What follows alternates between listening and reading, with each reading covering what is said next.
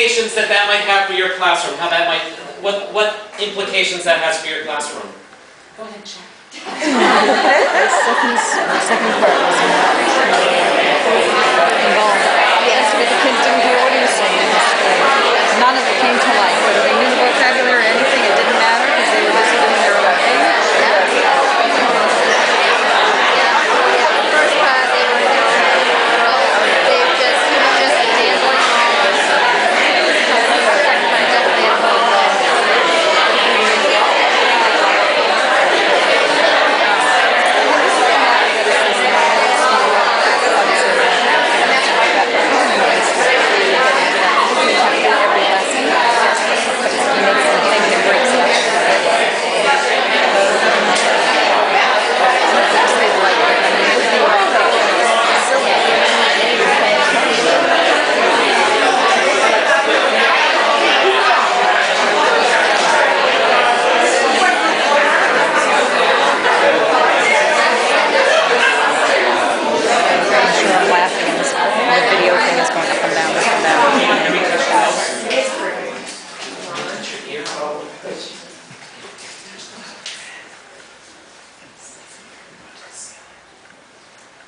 Okay.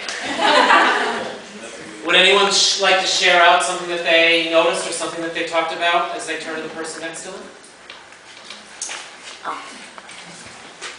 Well, we thought, of course, the first way sucked, basically. I'm trying to keep it short, remember the pact? But the second way, even though, I can't talk for everyone, but even though we didn't understand what the story was about, we were engaged, we were listening for the key words, you know? So, got everybody involved. Thank you.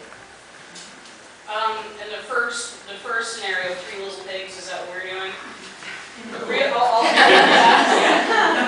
Ultimately, I felt like it was the teacher's fault that the class wasn't engaged. You know, the teacher was reading the story, but kind of separate from the group and not even giving eye contact. There was no pulling the class in. So, and obviously, the second time around, we were all engaged, etc.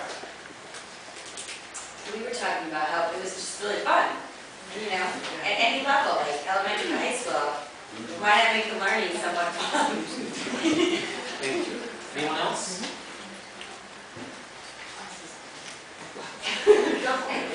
I may not have understood everything you said, but I have 4 words now. Right.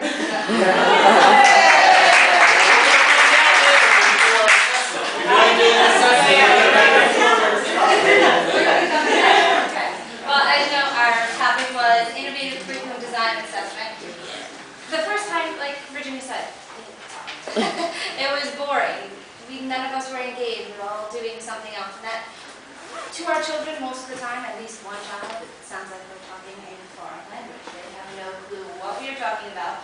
And that's where behavior management comes in, because that's where they are becoming behavioral. They're touching somebody else, they're getting up to go to the bathroom, and they just don't care and they're not interested whatsoever.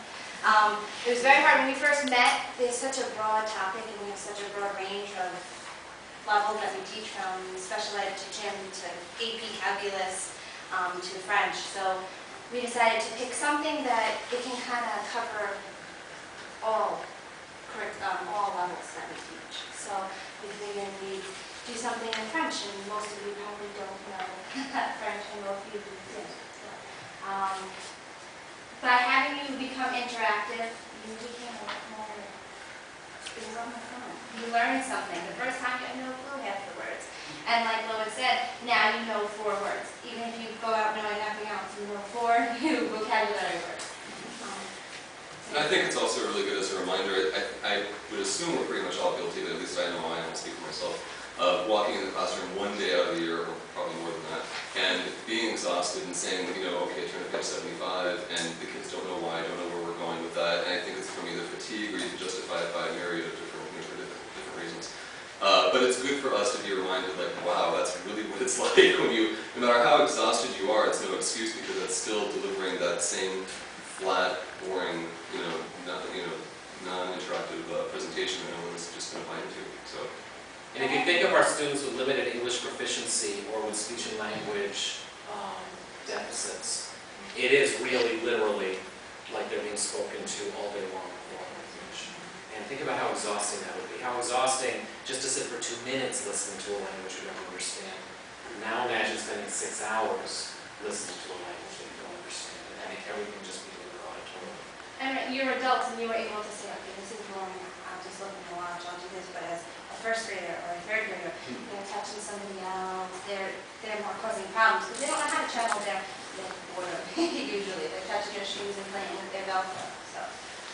The other thing we talked about was, again, especially with second language learners, is building background knowledge, that it's great to be innovative, and we want to be innovative because we know that kids learn in many different ways, and we want to be able to address all the ways that kids learn, but that we have to build background knowledge. And I know I teach in a school with many kids from other countries that are not familiar with the story of the Three Little Pigs, and we can't just assume that everything we teach that kids understand what it is we're doing. So even with a lesson like this, we would want to have some kind of background knowledge workshop ahead of time to make sure that kids are understanding where we're going with something. Then you can get into the fun stuff. And all we have talked about how important it is to be innovative with both our assessment, and I think we heard a lot of that the other day from one of our speakers talking about the girl that did the project about, how do we assess and grade kids, and we want to know what it is they know. We can't just rely on a paper and pencil test anymore.